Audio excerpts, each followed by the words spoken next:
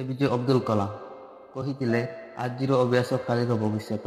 ଭାଇମାନେ, ହଁ, ଆମେମାନେ ତ ଭବିଷ୍ୟତକୁ ଚେଞ୍ଜ କରିପାରିବା ନାହିଁ, କିନ୍ତୁ ଆମ ହାତରେ ଅଛି ଆମ ଅଭ୍ୟାସ, ଯେଉଁଟାକି ଆମେ ଆମ ଅଭ୍ୟାସ ଦ୍ୱାରା ଭବିଷ୍ୟତକୁ ବଦଳାଇ ପାରିବା ବା ଚେଞ୍ଜ କରିପାରିବା। କେବଳ ଏପିଜେ ଅବଦୁଲ କଲାମ ନୁହନ୍ତି, ଦୁନିଆରେ ଯେତେକ ସଫଳ ବ୍ୟକ୍ତି ଅଛନ୍ତି ନା, ସମସ୍ତେ ନିଜ ଅଭ୍ୟାସ ଦ୍ୱାରା ନିଜ ଭବିଷ୍ୟତକୁ ବଦଳାଇଛନ୍ତି। ମୁଁ ବହୁତ ରିସର୍ଚ୍ଚ କଲା ପରେ ଆପଣମାନଙ୍କୁ ଏସବୁ ସଫଳ ବା ଭାଗ୍ୟ ବଦଳାଇଥିବା ବ୍ୟକ୍ତିମାନଙ୍କର 5ଟି ପଏଣ୍ଟ କହୁଛି। 5ଟି ପଏଣ୍ଟ ମୁଁ ଆପଣମାନଙ୍କୁ କହୁଛି। ଆପଣମାନେ ଏହି ଭିଡ଼ିଓକୁ ମନ ଧ୍ୟାନ ଦେଇ ଶେଷ ପର୍ଯ୍ୟନ୍ତ ଦେଖିବେ ଏବଂ ଲାଇଫରେ ଯଦି ସଫଳ ହେବା ପାଇଁ ଚାହୁଁଛନ୍ତି, ତାହେଲେ ଏହି ପଏଣ୍ଟ ଗୁଡ଼ିକୁ ପେନ୍ ପେପରରେ ମଧ୍ୟ ଲେଖିପାରିବେ।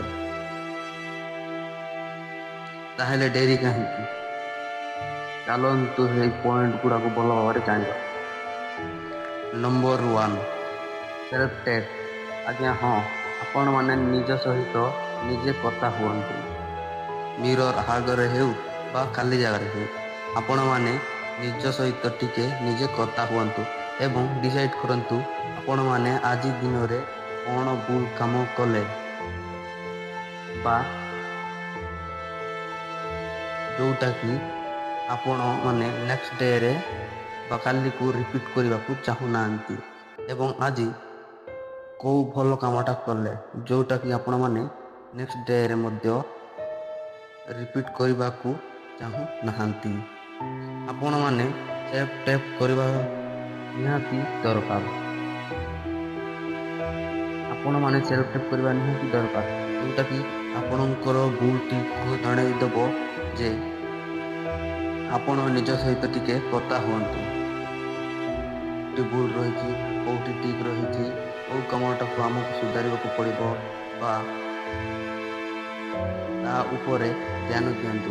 ଆପଣମାନେ ସେଲ୍ଫ ଟେକ୍ କରିବା ଦ୍ୱାରା ଆପଣମାନଙ୍କର କନଫିଡେନ୍ସ ମଧ୍ୟ ବୁଷ୍ଟ ହୋଇଥାଏ। ତେଣୁ ଆପଣମାନେ ସଦାବେଳେ ଚେଷ୍ଟା କରନ୍ତୁ ରାତିରେ ବା କେତେବେଳେ ଯଦି ଏକା ଥାଆନ୍ତି ସେତେବେଳେ ଟିକେ ସେଲ୍ଫ ଟେକ୍ କରନ୍ତୁ। ଯଦି କେଉଁ ଲୋକ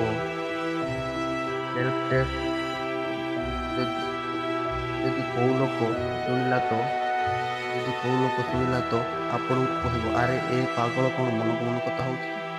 କିନ୍ତୁ ଆପଣମାନେ ଜାଣିଥାନ୍ତି ସେଲ୍ଫ ଟେକ୍ ହେଉଛି ସଫଳତାର ଏକ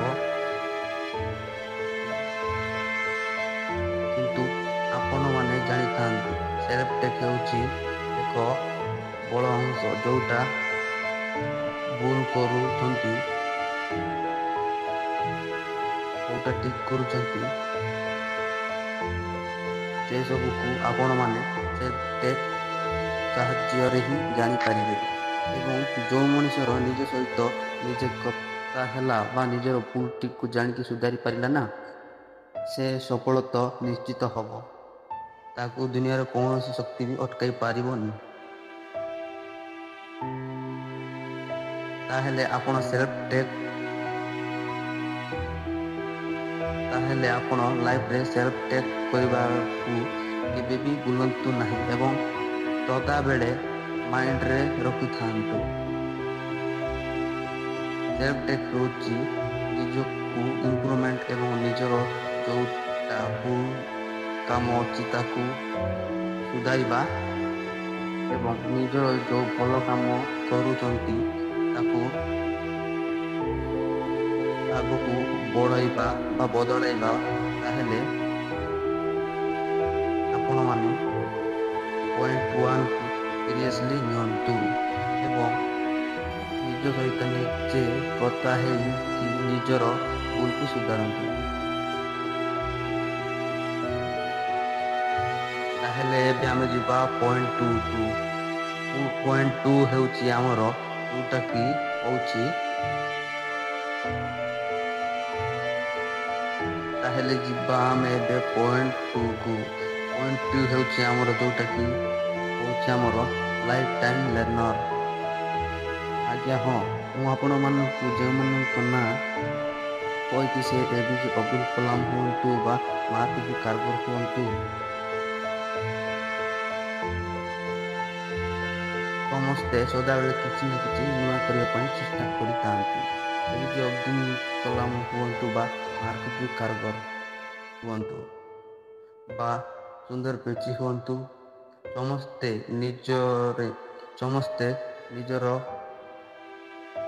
ସମସ୍ତେ ଜୀବନରେ ସଦାବେଳେ ଚେଷ୍ଟା କରିଥାନ୍ତି କିଛି ନା କିଛି ନୂଆ ଶିଖିବାକୁ। APJ ଅବଦୁଲ କଲାମ ସେ ବୁଢ଼ା ହେଇଗଲେଣି, ହେଲେ ସେ ଶିକ୍ଷା ଗ୍ରହଣକୁ କେବେ ବି ଛାଡ଼ି ନାହାନ୍ତି। କିନ୍ତୁ ଆପଣମାନେ ତ ଭାବୁଛନ୍ତି ସ୍କୁଲ କଲେଜ ସରିଗଲା, ଆଉ କ'ଣ ପଢ଼ିବି ବା ଆଉ କ'ଣ ଶିକ୍ଷା ଗ୍ରହଣ କରିବି। କିନ୍ତୁ ଜୀବନରେ ବହୁତ ଶିକ୍ଷା ଗ୍ରହଣ କରିବା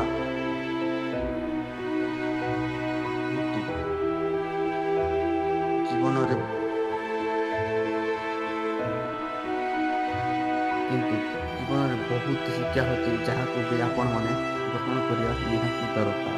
ତେଣୁ ଆପଣମାନଙ୍କ ମାଇଣ୍ଡ ସେ ବ୍ରେନ୍ ଥିବା ଦରକାର ଯେ ଆପଣ ଲାଇଫ୍ ଟାଇମ୍ ଲର୍ଣ୍ଣର ହେବେ, ନା କି ଗୋଟେ ଲିମିଟ୍ ପର୍ଯ୍ୟନ୍ତ ଶିଖିବେ ଆଉ ତାପରେ ଶିଖିବେନି।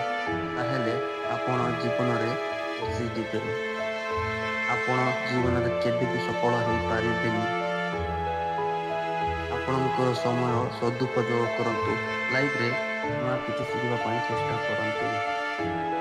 ଜୀବନରେ ନୂଆ ଜିନିଷ ଶିଖିବା ନିଶ୍ଚିତ ଜରୁରୀ ଅଟେ, ନହେଲେ ଆପଣ ସେମିତି ପଛରେ ରହିଯିବେ। ଆପଣମାନଙ୍କ ଆଗରେ ଆପଣଙ୍କର କମ୍ପିଟିଟର ଆଗକୁ ବଢ଼ିଯିବ। ତେଣୁ ଆପଣମାନେ ସଦାବେଳେ ଚେଷ୍ଟା କରନ୍ତୁ ଜୀବନରେ କିଛି ନୂଆ ଶିଖିବା ପାଇଁ। କେବେ ବି ଭୁଲନ୍ତୁ ନାହିଁ କି ମୋର ଏତିକିରେ କମ୍ପ୍ଲିଟ୍ ହେଇଗଲା, ବା ଏମିତି ମାନନ୍ତୁ ନାହିଁ କି ମୁଁ ସବୁ ଜାଣିଛି। ତେଣୁ ଆପଣମାନେ ସଦାବେଳେ ଲାଇଫ୍ ଟାଇମ୍ ଲର୍ଣ୍ଣର ହେବା ନିହାତି ଦରକାର। ଯଦି ଆପଣ ସଫଳ ହେବାକୁ ଚାହୁଁଛନ୍ତି, କିଛି ନା କିଛି ନୂଆ ଜିନିଷ ଶିଖିବା ପାଇଁ ଚେଷ୍ଟା କରନ୍ତୁ। Point number 3, use your time properly. ଭାଇମାନେ ହଁ, ଯେତେ ବି ସଫଳ ବ୍ୟକ୍ତି ବା ଆଜିକାଲି ଦୁନିଆରେ ଧନୀ ବ୍ୟକ୍ତି ଅଛନ୍ତି, ସେମାନେ ତାଙ୍କ ସମୟକୁ ଭଲ ଭାବେ ୟୁଜ୍ କରୁଛନ୍ତି। ଆପଣମାନେ ତ ଆପଣଙ୍କ ଅଧିକ ସମୟ ସୋସିଆଲ ମିଡ଼ିଆରେ ୟୁଜ୍ କରିଦିଅନ୍ତି ବା ଆଜେବାଜେ କଥାରେ ୟୁଜ୍ କରିଦେଉଛନ୍ତି। ଆପଣମାନେ ଆପଣଙ୍କ ସମୟକୁ ଭାବରେ ୟୁଜ୍ କରିବା ଶିଖନ୍ତୁ, ତାହେଲେ ଯାଇ ଆପଣ ଜୀବନରେ କେବେ ସଫଳ ହୋଇପାରିବେ। ଯଦି ଆପଣ ଆପଣଙ୍କ ସମୟକୁ ଇଆଡ଼େ ସିଆଡ଼େ ବା ଏଣୁ ତେଣୁ କଥାରେ ସମୟ ବିତେଇ ଦେବେ, ତାହେଲେ ଆପଣଙ୍କ ଜୀବନରେ କେବେ ବି ସଫଳ ହେଇପାରିବେ ନାହିଁ। ଆପଣ ଗୋଟିଏ ଜିନିଷ ନୋଟିସ୍ କରିଥିବେ, ମହାଦେବୀ କାରଗର ସଦାବେଳେ ଗୋଟିଏ କଲର୍ର ବା ଗୋଟିଏ ପ୍ରକାରର ଟି ସାର୍ଟ ସଦାବେଳେ ପିନ୍ଧିଥାନ୍ତି। ଅବଶ୍ୟ ସେ ଟି ସାର୍ଟର ଦାମ୍ ମଧ୍ୟ ଅଧିକ ହେଇଥାଇପାରେ, କିନ୍ତୁ ଗୋଟେ କଥା ଆପଣମାନେ ମାଇଣ୍ଡରେ ରଖନ୍ତୁ, ଆପଣଙ୍କ ମାଇଣ୍ଡ ସେଟ୍ ଏହା କି ଯେ ଯଦି ମୁଁ ସବୁଦିନ ଡିସାଇଡ଼୍ କରିବି ଯେ ମୁଁ ଆଜି କେଉଁ ଟି ସାର୍ଟ ପିନ୍ଧିବି ବା ଆଜି କ'ଣ ଖାଇବି, ସେଇଟା ତାଙ୍କ ପାଇଁ ଏତେ ଟାଇମ୍ ୱେଷ୍ଟ। ତେଣୁ ସେମାନେ ଏସବୁ ଛୋଟ ଛୋଟ ଜିନିଷରେ ତାଙ୍କ ଟାଇମ୍ ୱେଷ୍ଟ କରନ୍ତୁ ନାହିଁ। ସେ ତାଙ୍କ ଅଧିକାଂଶ ଏବଂ ମୂଲ୍ୟବାନ ସମୟ ତାଙ୍କ କମ୍ପାନୀ ଏବଂ ତାଙ୍କର ସ୍ୱପ୍ନ ଉପରେ କାମ କରିବା ପାଇଁ ଦେଇଥାନ୍ତି। ତେଣୁ ଆପଣମାନେ ବି ନିଜେ ଚିନ୍ତା କରନ୍ତୁ ଏବଂ ସତର୍କ ହୋଇକି ଆପଣଙ୍କ ସମୟକୁ ୟୁଜ୍ କରନ୍ତୁ, ନା କି ଏଣେ ତେଣେ କଥା ହେଇକି, ନା କି ସୋସିଆଲ ମିଡ଼ିଆରେ, ନା କି ଟିଭି ସିରିଏଲରେ ଆପଣଙ୍କ ସମୟକୁ ନଷ୍ଟ କରନ୍ତୁ। ଆପଣମାନେ ଆପଣଙ୍କ ସମୟକୁ ଆପଣଙ୍କ ଲକ୍ଷ୍ୟ ଦିଗରେ ସଦାବେଳେ ୟୁଜ୍ କରିବା ପାଇଁ ଚେଷ୍ଟା କରନ୍ତୁ। ତାହେଲେ ଯାଇ ଆପଣ ଜୀବନରେ ସକ୍ସେସ୍ ହେଇପାରିବେ। ମୁଁ ଏସବୁ କଥା ଦୁନିଆରୁ ସଫଳ ବ୍ୟକ୍ତିମାନଙ୍କର ପ୍ରମାଣ ଦେଇ କହୁଛି। ଆପଣ ଲାଇଫରେ ଇମ୍ପୋର୍ଟାଣ୍ଟ କରିବେ କି ନ କରିବେ ସେଇଟା ଆପଣଙ୍କ ହାତରେ। ତେଣୁ ଆପଣ ଯଦି ଇମ୍ପ୍ରୁଭମେଣ୍ଟ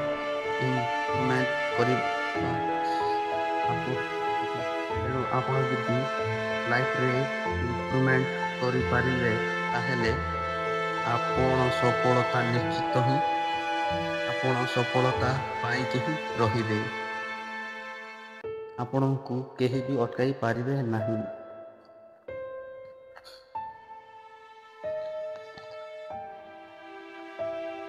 ଏବେ ଯିବା ଆମେ ପଏଣ୍ଟ ନମ୍ବର 4କୁ। ପଏଣ୍ଟ ନମ୍ବର 4 ହେଉଛି ଟକ୍ ଲେସ୍ ଡୁ ମୋର୍। ହଁ, ଆପଣମାନେ କଥା ହେବା ଏବଂ ନିଜ କାମ ଉପରେ ଅଧିକ ଫୋକସ୍ କରନ୍ତୁ। ଯେତେ ବି ବଡ଼ ବଡ଼ ସ୍ୱପ୍ନର ଲୋକ ଆପଣମାନେ ଦେଖିଥିବେ ସେମାନେ କେତେ ସ୍ୱପ୍ନର ଲୋକ ଦେଖିଥିବେ ସେମାନେ କେତେବେଳେ ଚିଲେଇ ନିଜେ କ'ଣ କରୁଛନ୍ତି ସେ ବିଷୟରେ କେବେ କାହାକୁ କୁହନ୍ତୁ ନାହିଁ। ତାଙ୍କ ସଫଳତାରୁ ହିଁ ଲୋକମାନେ ଜାଣିଯାଆନ୍ତି ଯେ ଆକ୍ଚୁଆଲି ସେ ଏକାକି କ'ଣ। ତା ଜୀବନରେ କେତେ ସଂଘର୍ଷ କରୁଥିଲେ, କିନ୍ତୁ ଆପଣମାନେ ଆପଣଙ୍କ ଜୀବନରେ ଯାହା ବି ଗୋଟେ ଛୋଟ ଜିନିଷ ଆଚିଭ୍ କଲେ ହ୍ୱାଟ୍ସଆପ୍ ଫେସବୁକ୍ରେ ସେୟାର କରିକି ଏକ୍ସପ୍ଲୋର୍ କରୁଛନ୍ତି। ଏବଂ ଯଦି ଆପଣଙ୍କ ଜୀବନରେ କିଛି ଦୁଃଖଦ ଘଟଣା ଘଟୁଛି ତ ଆପଣମାନେ sad story sad status WhatsApp ଫେସବୁକ୍ରେ ସେଡ୍ ଫଟୋ ଲଗାଇକି ନିଜର ସେଲ୍ଫିକୁ ମଧ୍ୟ ନଷ୍ଟ କରୁଛନ୍ତି। ତେଣୁ ଆପଣମାନେ ଏ ସୋସିଆଲ ମିଡ଼ିଆରେ ନିଜକୁ ଏକ୍ସପ୍ରେସ୍ କରିବା ଲୋକମାନଙ୍କ ଆଗରେ ଅଧିକ କଥା କହିବା ବନ୍ଦ କରନ୍ତୁ ଏବଂ ନିଜ କାମ ଏବଂ ନିଜ ସଫଳତା ଉପରେ ଅଧିକ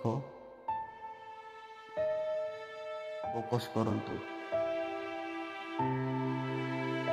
ତ ଆଜି ଆମେ କେତେଟା ପଏଣ୍ଟ ଶିଖିଲେ। Point number 1 self talk. ଆପଣମାନେ ନିଜ ସହିତ ନିଜେ କଥା ହୁଅନ୍ତି। Point number 2 life time learner. ନିଜର ଶେଷ ମୁହୂର୍ତ୍ତ ପର୍ଯ୍ୟନ୍ତ ଆପଣମାନେ ଶିକ୍ଷା ଗ୍ରହଣ କରନ୍ତୁ। Point number 3 use time properly. ଆପଣମାନେ ସମୟ ପ୍ରପରଲି ୟୁଜ୍ କରନ୍ତୁ।